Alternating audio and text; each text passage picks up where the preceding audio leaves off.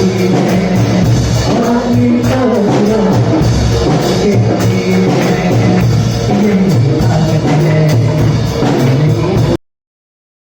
है, सब मिलकर के जोर से कहेंगे हालेलुया हालेलुया हालेलुया हालेलुया। आइए थोड़े समय के लिए हम परमेश्वर के वचन की तरफ चलेंगे और आज के ध्यान के लिए हम उत्पत्ति की पुस्तक को निकालेंगे और इसके 25वें अध्याय को, ठीक है। और इस 25वें अध्याय में कुछ बातों को पढ़कर उसके बाद हम अपना जो मेन हमारा जो वो है उसके तरफ हम लोग चलेंगे। और जब परमेश्वर के वचन को हम लोग पढ़ते हैं तो इस वचन में से हमें एक बात समझने को मिलती है कि इस दुनिया में किसी का आना या इस दुनिया से किसी का जाना इंसान के नहीं लेकिन परमेश्वर के हाथ में होता है। हालेलुया। परमेश्वर के जो परिवार हैं, बाइबल में हम पढ़ते हैं सभी परिवारों में कुछ ना कुछ दिक्कत थी। अब्राहम को परमेश्वर ने बुलाया कि मैं तुझे एक बहुत बड़ी जाति बनाऊंगा, मैं तुझसे आशीष दूंगा, लेकिन बूढ़ा हो गया। परमेश्वर के वायदों की इंतजार करते करते उसके परिवार में एक भी बालक नहीं था। लेकिन ऐसी परिस्थिति में जब कोई उम्मीद ना हो तब भी एक उम्मीद को देखना परमेश्वर हमसे चाहता है। हालेलुया। जब कोई उम्मीद ना हो उस उम्मीद के बाद भी उस परमेश्वर पर भरोसा रखना और उससे अपनी उम्मीद को देखना, यही हमारा क्या है, विश्वास है। और बाइबल में लिखा है कि मेरा धर्मी जन विश्वास से जीवित रहेगा और अगर वो उससे पीछे हट जाए तो मेरा मन फिर उससे प्रसन्न नहीं होगा। और ये सारी की सारी समस्याएं कुछ कारणों से जो है चली आ रही थी, क्योंकि परमेश्वर अपने इस्राएल के अंदर ये बात बताना चाहता था कि तुम्हारे परिवार में किसी का आना या किसी का जाना तुम्हारे नहीं लेकिन मेरे हाथ में है। हालेलुया। और यहाँ पर हम देखते हैं अब्राहम के भी कोई संतान नहीं थी। अब अब्राहम का बेटा कौन था? इसहाक। आपको पता है क्या नाम था उसका? इसहाक। और ये जो इसहाक है इसके साथ भी आगे चल करके यही बात हो गई। और ये बात क्या हो गई थोड़ा सा हम इसका 25 अध्याय का 20 वचन से पढ़ेंगे। क्या लिखा है इसमें? और इसहाक ने 40 वर्ष का होकर रिबका को जो पद्दनराम की वासी आरामी बेतुएल की बेटी और आराम की लाबान की बहन थी, विवाह कर लिया। कितना साल का होके? 40। ध्यान देंगे इस बात पर। 40 साल का था उस समय इसने क्या करा? शादी कर ली। आगे क्या लिखा है? इसहाक की पत्नी तो बांझ थी। और बाइबल साफ कह रही है कि इसहाक की पत्नी क्या थी? बांझ थी। यानी कि वहां पर कोई भी उम्मीद नहीं थी, लेकिन उसके बाद भी इसने क्या किया? शादी किया। इसहाक की पत्नी बांझ थी, इसलिए उसने उसके निमित्त यहोवा से क्या किया? विनती की। और यहोवा ने उसकी विनती सुनी और इस प्रकार की उसकी पत्नी रिबेका गर्भवती हुई। ठीक है। तो यहाँ पर परमेश्वर के वचन के अंदर हम एक बात को पढ़ते हैं कि ये समस्या जो है हमेशा चलती है। 26 वचन को थोड़ा सा पढ़ेंगे। क्या लिखा है? ये विनती की एक लाइन तो आपने पढ़ ली, लेकिन कितने दिनों तक विनती करी ये नहीं अब आपको पता। 26 वचन को पढ़ेंगे। क्या लिखा है उसमें? पीछे उसका भाई अपने हाथ से सांप की पकड़े हुए उत्पन्न हुआ। हाँ, 2 जुड़वा बच्चे इसके यहाँ पैदा हुए। हाँ, आगे उसका नाम याकूब रखा गया। हाँ। जब रिबका ने उसको जन्म दिया, जब रिबका ने उनको जन्म दिया, उसको नहीं, किसको दिया? उन दोनों बच्चों को जन्म दिया, तो तब इसहाक 60 वर्ष का था। कितने साल का था? और शादी कब हुई थी? 40 साल में। और बाइबल में लिखा है, एक छोटी सी लाइन उस जगह लिखी है कि उसने उसके निमित्त यहोवा से प्रार्थना करी। पर ये प्रार्थना कितने सालों की थी? 20 साल तक उसने प्रार्थना करी। 20 साल तक उसने परमेश्वर के वायदों का इंतजार किया। 20 साल तक अपने भरोसे को उसने परमेश्वर पर से नहीं हटाया। और मैंने आपको बताया कि जब परमेश्वर किसी को दुनिया में से चुनता है, अपनाता है, अपने पास बुलाता है, उसके बाद उसे एक परीक्षा में से होकर के क्या करना पड़ता है? गुजरना पड़ता है। और जब वो परीक्षा में से पास हो जाता है, उसके बाद परमेश्वर अपनी आशीष उसके जीवन में बहाता है। हालेलुया। यहाँ पर एक परिस्थिति है कि 60 साल के बाद बच्चे हुए हैं और शादी 40 साल में हुई है। 20 वचन कहता है 40 साल का था जब उसने क्या किया, शादी की। 21वें वचन में लिखा है कि उसको ये पता चला कि भैया इसकी पत्नी तो क्या है, बांझ है, मतलब कि वहां से कोई भी उम्मीद नहीं है। लेकिन उसके बावजूद भी इसने, हम एक भजन भी गाते हैं कि मिस्र को छोड़कर भाइयों पार अब चलो और बंजर जमीन में सिर्फ डेरा करो। बंजर का मतलब कि जहां से कोई उम्मीद नहीं है वहां से भी परमेश्वर अपने लोगों के लिए उम्मीद देता है। हालेलुया। जहां कोई उम्मीद नहीं, जहां कुछ हरी घास पैदा होने वाली नहीं है, वहां पर भी परमेश्वर अपने लोगों के लिए काम करता है। आपको पता है सन 1904 में इस्राएल इतना खराब हो गया था कि दुनिया के नक्शे पर इस्राएल का नाम नहीं था।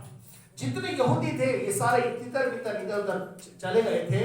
लेकिन उसके बाद क्या हुआ, एक व्यक्ति आया जिसने अरब के लोगों ने उस जगह को क्या कर लिया था, अपने कब्जे में कर लिया था। और वहां पर एक व्यक्ति आया, उसने कहा कि भाई ये थोड़ी सी जगह मुझे आप दे दो। तो अरब के लोगों ने कहा बेकार बंजर जमीन है, कुछ करेगा क्या ये बेकार, इसको थोड़ा सा उससे थोड़ा पैसे में उसे बहुत सारी जगह दे दी। इसी तरह से और भी एक दो यहूदी आए और उन्होंने जाकर के वो जगह ले लिया। और इस तरह से ये इस्राएल का जो राष्ट्र है ये इस तरह से बना। और बाइबल में ये बात नहीं लिखा, कुछ जगहों पर इस चीज का इशारा है। जब उन लोगों ने उस परमेश्वर से घुटने टेक कर उस रेत के ऊपर, उस बंजर जमीन के ऊपर प्रार्थना करी, तो उन्होंने कुछ ही सालों में उस पूरे के पूरे बंजर देश को हरित प्रदेश में बदल दिया। हालेलुया। तो आशीष देने वाला कौन था, परमेश्वर था। और ये जगह फिलिस्तीन जो है, ये गाजा पट्टी जो है, ये जितना भी इधर का एरिया है, ये अरब का एरिया है। यहाँ पे टोटल मुसलमान लोग रहते हैं। और इन लोगों ने क्या किया कि अब देखा कि भाई इनकी जमीन तो हरियाली हो गई, अब इनकी जगह में तो बहुत सारी तरक्की हो गई। अब उनके मन में लालच आया, उन्हें पछतावा हुआ कि ये जगह हमने इनको क्यों दे दी। अब वो उस जगह को अपनी हथियाना चाह रहे हैं, दोबारा से लेना चाह रहे हैं। पर एग्रीमेंट के मुताबिक जो है इस्राएल जो है अभी कुछ सालों के पहले ही उसको एक मान्यता मिली थी अलग देश की। उससे पहले इसके पास ये मान्यता नहीं थी, क्योंकि ये सब किसके अधिकार में आ गया था, अरब देश के। और इस्राएल के अंदर एक मंदिर बना है जो क्या है, परमेश्वर का मंदिर है, जिसे राजा सुलेमान ने बहुत सालों पहले बनवाया था। उस मंदिर के अंदर भी जो है एक झगड़ा है, उस मंदिर के ऊपर कब्जा है किसका, अक्सा मस्जिद, यानी कि वहां पर भी। और ये मंदिर जो है ये आपके मेरे जीवन से संबंध रखता है, ये आपके और मेरे शरीर से संबंध रखता है कि हमारा शरीर है तो परमेश्वर का, पर है किसके, दुनिया में ये रहता है। तो इसी तरह से यहाँ पर परमेश्वर का जो ये वचन हमें बताता है कि कुछ चीजें ऐसी होती हैं जो असंभव दिखाई देती है, लेकिन परमेश्वर के लिए कोई भी काम असंभव नहीं है। वो असंभव को संभव करने वाला कौन है, परमेश्वर है।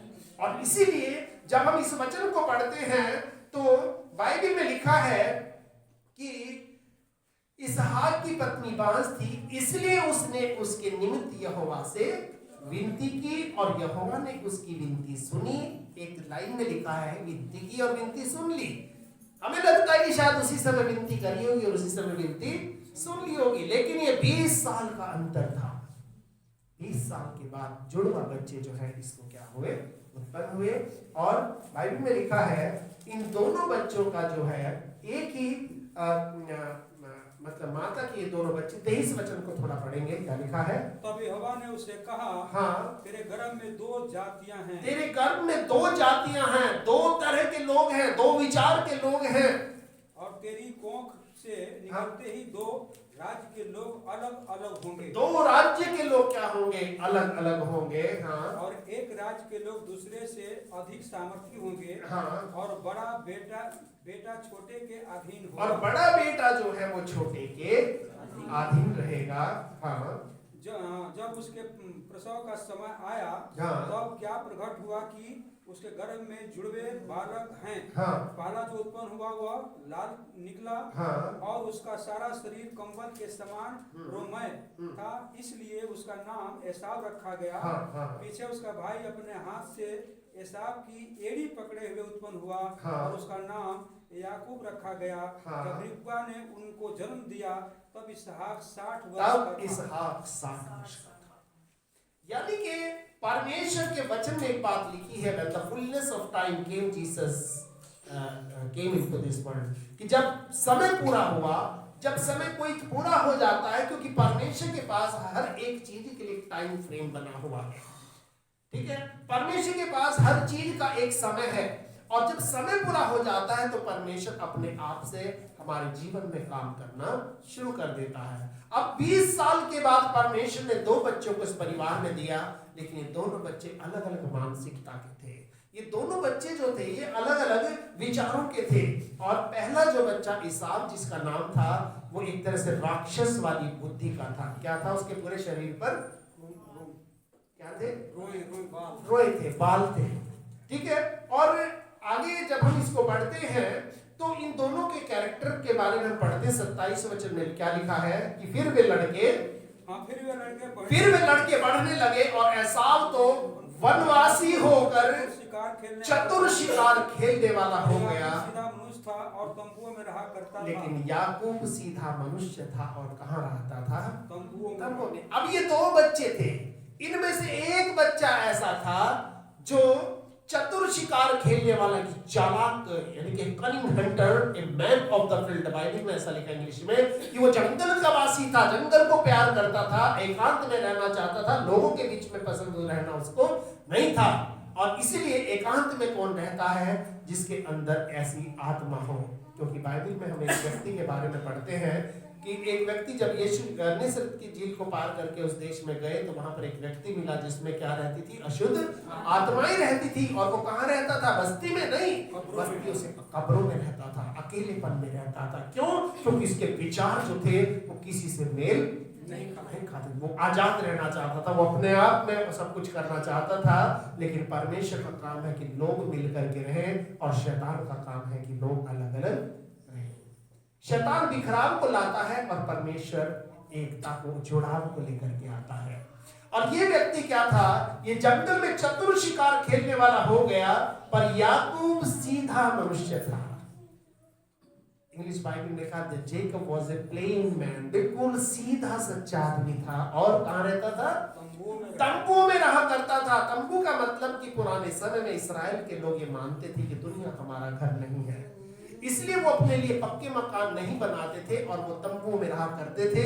और जहां पर परमेश्वर कहता था कि वहां से फिर वो कूच करके अपने तंबू को कहीं और पर डाल लिया करते थे। और इसीलिए ये लोग जो थे, ये तंबू में रहने का मतलब अधीनता में रहना, परमेश्वर की उपस्थिति में रहना। क्योंकि बाइबल में लिखा है कि जो परम प्रधान के छाए हुए स्थान में बैठा रहेगा वो सर्वशक्तिमान की छाया में ठिकाना पाएगा। हालेलुया, ये परमेश्वर का वचन है। आगे इसमें लिखा है कि थोड़ा सा पढ़ेंगे। इसहाक एसाव के अहेर का मांस और इसहाक जो था उसका पिता किससे प्यार करता था? बड़े वाले से। क्यों? क्योंकि वो कुछ मीट लाके जंगल में से मार के उसको दिया करता था। और वो क्या करता था? इसलिए वो उससे प्रीति रखता था। इसलिए वो उससे प्यार करता था। यानी कि अगर उसके साथ वो प्यार करता था तो उसके पीछे एक मतलब छिपा हुआ था कि भैया लाके कुछ मीट लाके, मुर्गा कुछ लाके खिलाएगा। इसका मतलब कि एक ऐसा व्यक्ति जो परमेश्वर से दूर है, समाज से दूर है, लोगों से दूर है, और जब वो संसार के अंदर रहता है तो अगर उससे कोई प्रेम करेगा तो सिर्फ अपने मतलब के लिए क्या करेगा? प्रेम करेगा। और ये क्या करता था? क्योंकि वो उसको अहेर का मांस खिलाया करता था, इसलिए वो उससे क्या करता था? प्रीति रखता था। पर रिबका याकूब से प्रीति रखती। पर रिबका उसकी माँ जो है उस छोटे वाले से क्या रखती थी? प्रीति रखती थी। क्यों? छोटे वाला क्या करता था? छोटे वाला घर में रहता था, अपनी माँ का कहना मानता था। हो सकता है घर में झाड़ू बुहारा ये सब चूल्हा चौका सब करता था ये, और इसलिए वो क्या करती थी? उससे प्रीति करती थी। आगे क्या लिखा है? एक दिन याकूब भोजन के लिए कुछ दाल पका रहा था। इसका मतलब याकूब से वो इसलिए प्रीति रखती थी क्योंकि वो उसके घर के काम में हाथ बटाता था। और ये रोज के दिन की तरह से क्या हुआ, एक दिन याकूब जो था, जो छोटे वाला बेटा था, वो कुछ दाल पका रहा था। और एसाव जंगल से थका हुआ और एसाव जंगल से थका हुआ आया। तब एसाव ने याकूब से कहा, तब एसाव ने याकूब से कहा, वो जो लाल वस्तु है, जो मसूर की जैसे लाल लाल होती है, इस तरह की कोई वो दाल पका रहा था, वो जो लाल वस्तु है, उसी लाल वस्तु में से मुझे कुछ खिला, क्योंकि मैं थका हूँ। क्योंकि मैं क्या हूँ, थका हुआ हूँ। इसी कारण उसका नाम एदोम भी पड़ा। याकूब ने कहा, अपना पलौठे का अधिकार आज मेरे हाथ भेज दे। एसाव ने कहा, देख मैं तो अभी मरने पर हूँ, इसलिए पलौठे के अधिकार से मेरा क्या लाभ होगा। इसलिए पहलौठे के अधिकार से मेरा क्या लाभ होगा। क्यों? क्योंकि उसकी माँ ने उसको सिखाया था, अगर तेरा भाई कभी तेरे पास आए, तेरे से कुछ मांगे, क्योंकि तेरा भाई घर में रहने वाला नहीं, वो आवारा है, वो बाहर घूमता है, वो घर वालों के कहने में नहीं रहता, तू एक काम करना, क्योंकि बाइबल के अनुसार, इस्राएल की जो रीति रिवाज के अनुसार, कि पहलौठे बच्चे को परिवार की पिता की संपत्ति में से दुगना हिस्सा मिलता था। तो उसकी माँ को यह डर था कि अगर इसके पिता की संपत्ति का दुगना हिस्सा इसको मिल गया तो ये सब क्या कर देगा, बेकार कर देगा, नष्ट कर देगा। और इसलिए उसने क्या किया, याकूब से ये कहा कि तू उससे ये कहना कि अपने पहलौठे का अधिकार मुझे भेज दे। यानी कि ये जो पहलौठे का अधिकार का मतलब है कि पिता की संपत्ति, वैसे भी तू घर पे नहीं रहता, मकान की, तंबू की तुझे कोई जरूरत नहीं है, तुझे धन दौलत की कोई इतनी जरूरत नहीं है, तू बाहर रहता है, घर से तुझे कोई मतलब नहीं है। तो उसने कहा कि ठीक है भाई, मैं तो वैसे भी मरने वाला हूँ, भूख इतनी लगी है। इसका मतलब एक वो व्यक्ति जो परमेश्वर से दूर रहता है, उसके जीवन में वो बाहर कितना भी अच्छा शिकार खेलने वाला हो, लेकिन जब वो दुनिया में किसी चीज को चाहता है तो उसके लिए खाने तक की दिक्कत हो जाती है। बाइबल में एक उदाहरण हम देखते हैं, उड़ाऊ पुत्र का, जो अपने पिता को छोड़कर कहाँ चला गया था, बहुत दूर चला गया था, और अपनी सारी संपत्ति, यानी कि पिता से दूर होने का मतलब बरकते जीवन से दूर हो जाना। पिता के पास रहने का मतलब बरकते जीवन के पास रह जाना। और आगे इसमें लिखा है, याकूब ने कहा, मुझसे अभी शपथ खा। अतः उसने उनसे शपथ खाई और अपना पहलौठे का अधिकार याकूब के हाथ भेज दिया। इस पर याकूब ने एसाव को रोटी और पकाई हुई मसूर की दाल दी। कौन सी दाल थी वो? मसूर की, वो जो लाल लाल सी जो दाल होती है, तो मसूर की दाल, और उसने खाया पिया और उठकर चला गया। और यूं एसाव ने पहलौठे का अधिकार तुच्छ जाना। यूं एसाव ने अपने पहलौठे का अधिकार तुच्छ जाना। तो यहाँ पर एक परिस्थिति है, और ये परिस्थिति क्या है, इस परिवार की एक परिस्थिति थी। एक तो इतनी साल के बाद 2 बालक हुए हैं, उसमें से भी एक बालक ऐसा है जो आवारा है, एक बालक ऐसा है जो अच्छा है। और सबसे बड़ी दिक्कत ये थी कि ये जो अच्छा था उसके हाथ में बहुत कम आ रहा था, ना ही उसका पिता उससे क्या करता था, प्रेम करता था। वो बेचारी माँ प्रेम करती थी, और उन दिनों इसराइल की उसमें माँ के घर में कोई भी बात नहीं मानी जाती थी, ना ही वो बात चलती थी। इसलिए उसने क्या किया, याकूब से इस बात को कहा, और याकूब ने जो है उस वक्त का क्या किया, फायदे को उठाया। परमेश्वर का जो वचन है वो इस बात को हमें बताता है कि इस दुनिया में किसी का आना या जाना इंसान के नहीं, लेकिन परमेश्वर के हाथ में होता है। और हम सब लोगों के अंदर एक अलग प्रकार का नेचर होता है, स्वभाव होता है। हमारी आदतें, हमारी विचार, ये किसके द्वारा बनते हैं? ये परमेश्वर के द्वारा हमारे अंदर डेवलप करे जाते हैं। इसमें हम कुछ भी नहीं कर सकते। हम कहते हैं देखो जी उसकी आदतें कितनी खराब है, ये पता नहीं अपनी कितनी खराब है। हम दूसरों की आदतें खूब देखते हैं, दूसरों पर उंगली बहुत उठाते हैं, लेकिन आपको ये मानना है कि आज जो जैसा है वो अपनी मर्जी से वैसा नहीं है, वो परमेश्वर की मर्जी से ऐसा है। और हमें हर एक चीज को, हर एक बात को अपने परमेश्वर के हाथों में क्या करना है, समर्पित करना है। और ये 2 लोग जो थे ये अलग अलग प्रकार की जाति थी, थे एक ही घर में, लेकिन ये 2 अलग अलग मेंटेलिटी के लोग थे। हम कई बार अपने जीवन, अपने परिवारों में देखते हैं कि दो लोग होते हैं, पर बाइबल में लिखा है कि वो जो दो लोग होते हैं वो ऐसा नहीं कि आपके परिवार के हैं तो आपके हिसाब से चलेंगे। अरे आपके हिसाब से तो इसलिए चल रहे हैं कि अभी आप जिंदा हो। जिस दिन आप इस दुनिया से चले गए वो अपना घर उधर ले जाके बनाएगा, वो अपना घर उधर जाके के बनाएगा, और आपको फिर कोई पूछेगा भी नहीं, आपको कोई याद भी नहीं करेगा। और ये जीवन की सच्चाई है। इसलिए प्रभु का वचन हमें ये बताता है कि इस दुनिया के अंदर हम हर बात के लिए परमेश्वर को धन्यवाद करें। और बाइबल में लिखा है, एक जगह पर हमने पढ़ा था कि जिस देश में, जिस नगर में मैंने तुम्हें बंधवा करके पहुंचा दिया है, उस नगर के लिए यहोवा से प्रार्थना किया करो, क्योंकि परमेश्वर के हाथ में है उसको बदल देना या उसको सही करना। आप किसी के भी स्वभाव को नहीं बदल सकते। आप में मार पीट कर, डांट कर, डपट कर उसके शरीर को तो कंट्रोल कर लोगे, लेकिन किसी की आत्मा को आप कंट्रोल नहीं कर सकते। वो करने का काम किसका है? परमेश्वर का। और इसीलिए मैं आपको यहाँ से बताना चाहता हूँ कि ये दो लोग दो प्रकार के जीवन को दिखाते हैं, और ये दोनों जीवन हर परिवार में आपको पाए जाते हैं। ऐसा नहीं कि एक में है और एक में नहीं है, पर इन दोनों के लिए जो है, ये दोनों जो जीवन है, ये दोनों जो स्वभाव है, इस परिवार के अंदर क्यों आए थे? क्योंकि उसने यहोवा से प्रार्थना करी थी। किसकी मर्जी से आए थे?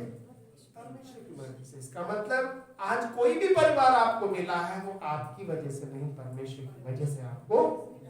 आज आपको चाहे 2 बच्चे मिले हैं, 3 मिले हैं या 1 मिला है, वो आपकी मर्जी से नहीं, किसकी मर्जी से मिला है? परमेश्वर की। और परमेश्वर ही है जो देने वाला है, वही उसको सही कर सकता है। और इसलिए आपको परमेश्वर के वचन में से हम इस बात को देखते हैं कि ये पहलौठे का अधिकार है। बाइबल में लिखा है कि वो यीशु मसीह सारी सृष्टि में क्या है? पहलौठा है। बाइबल में लिखा है कि सारे पहलौठे मेरे हैं। आज हम दुनिया के अंदर रहते हैं, हमारे जीवन में भी जो भी पहली चीज आती है वो किसकी है? परमेश्वर की है। उस चीज को हमें किसको देना है? परमेश्वर को देना है। और बहुत सारे लोग हैं जिन्होंने अपनी पहली चीज किसको दिया है? परमेश्वर को दिया है। और जब कोई चीज हम परमेश्वर के हाथ में देते हैं तो परमेश्वर उसको बढ़ा करके हमें देता है, उसको घटा करके नहीं देता। और इसलिए हम इस बात को स्मरण रखें कि परमेश्वर के परिवारों में दिक्कतें आती हैं, लेकिन उसके लोग वहां पर मौजूद होने चाहिए उस दिक्कत का सामना करने के लिए। इन्होंने 40 साल का होकर के शादी किया और 20 साल तक इसने क्या किया? प्रार्थना। और परमेश्वर ने क्या किया? उसकी प्रार्थना को सुना और उस परिवार को क्या दिया? आशीष दिया।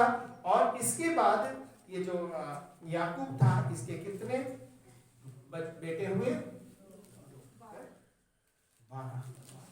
और ये इस्राएल के जितने गोत्र हैं ये कितने? 12 के 12 गोत्र किसके हैं? याकूब के हैं। और क्योंकि परमेश्वर ने इसको आशीष दिया था और परमेश्वर ने इसको अपनी बरकतों से भरा था, और इसीलिए परमेश्वर जो है इसके साथ हमेशा रहता था। हर परिस्थिति में परमेश्वर को संभालता था। हम भजन भी गाते हैं ना, सेनाओं का यहोवा हमारे संग संग है, याकूब का परमेश्वर हमारा ऊंचा गढ़ है। याकूब का परमेश्वर का मतलब क्या है? याकूब का परमेश्वर का मतलब यह है कि वो याकूब जो परिवार में कुछ नहीं था, परमेश्वर ने उसको सब कुछ बना दिया। और वो याकूब जो आज इस्राएल की नींव है, समझो ये 12 के 12 जो गोत्र हैं ये इस्राएल के गोत्र हैं। और जिस तरह से यीशु मसीह के 12 चेले थे, उसी तरह से ये इस्राएल के 12 गोत्र हैं। और बाइबल में प्रकाशित वाक्य की पुस्तक में हम पढ़ते हैं कि स्वर्ग के अंदर 24 सिंहासन रखे हैं। 12 सिंहासन यीशु के 12 चेलों के लिए और 12 सिंहासन इस्राएल के 12 गोत्रों के लिए।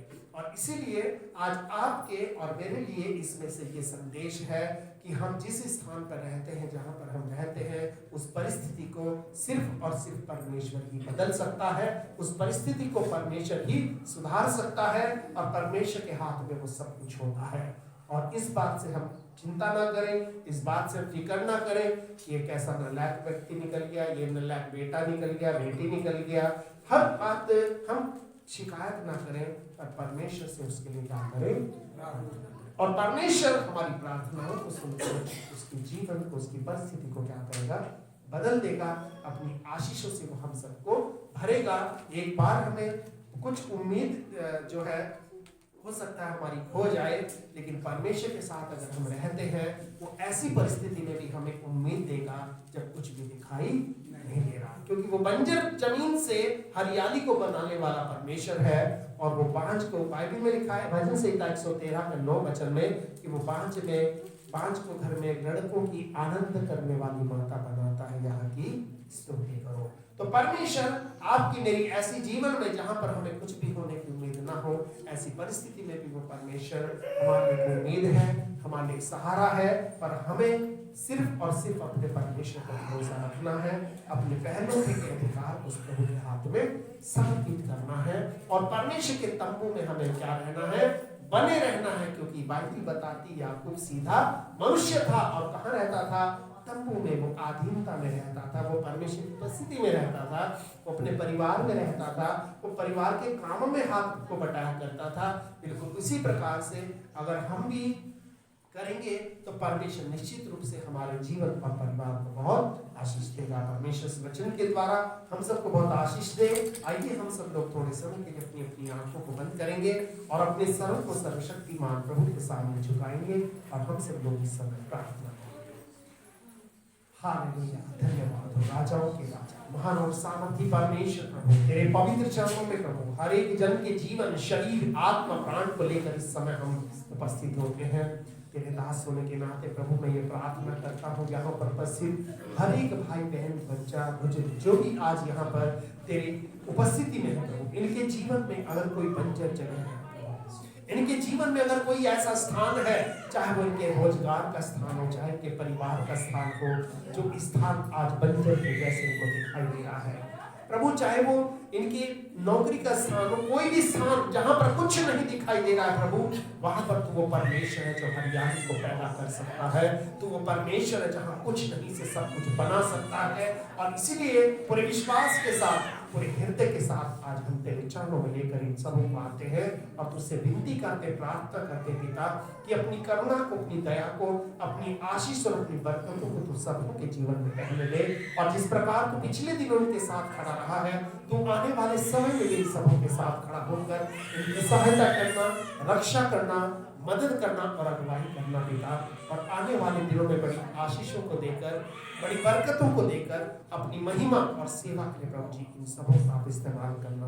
प्रभु जब ये वापस अपने घरों को जाते हैं, तेरी उपस्थिति चलकर इनके साथ इनके घर में जाए और जब इनके कदम इनके घरों में पड़ते हैं प्रभु, वहां पर तेरी बरकतें, तेरी आशीष रहने लगे। हम सारा आदर और महिमा आपको देते हैं और धन्यवाद करते प्रभु परमेश्वर, क्योंकि आपने हमारी प्रार्थना को सुना है। और धन्यवाद के साथ ये प्रार्थना हम अपने उद्धारकर्ता, मुक्तिदाता प्रभु यीशु के पवित्र नाम से मांगते हैं। इसे सुने और ग्रहण करें और हम सब जो लोग मिलकर ऐसा कहेंगे आमीन। अब हमारे प्रभु यीशु मसीह का अनुग्रह, पिता परमेश्वर का प्रेम और पवित्र आत्मा की सहभागिता से लेकर हमेशा तक हम सब लोगों के साथ होती रहे। आमीन।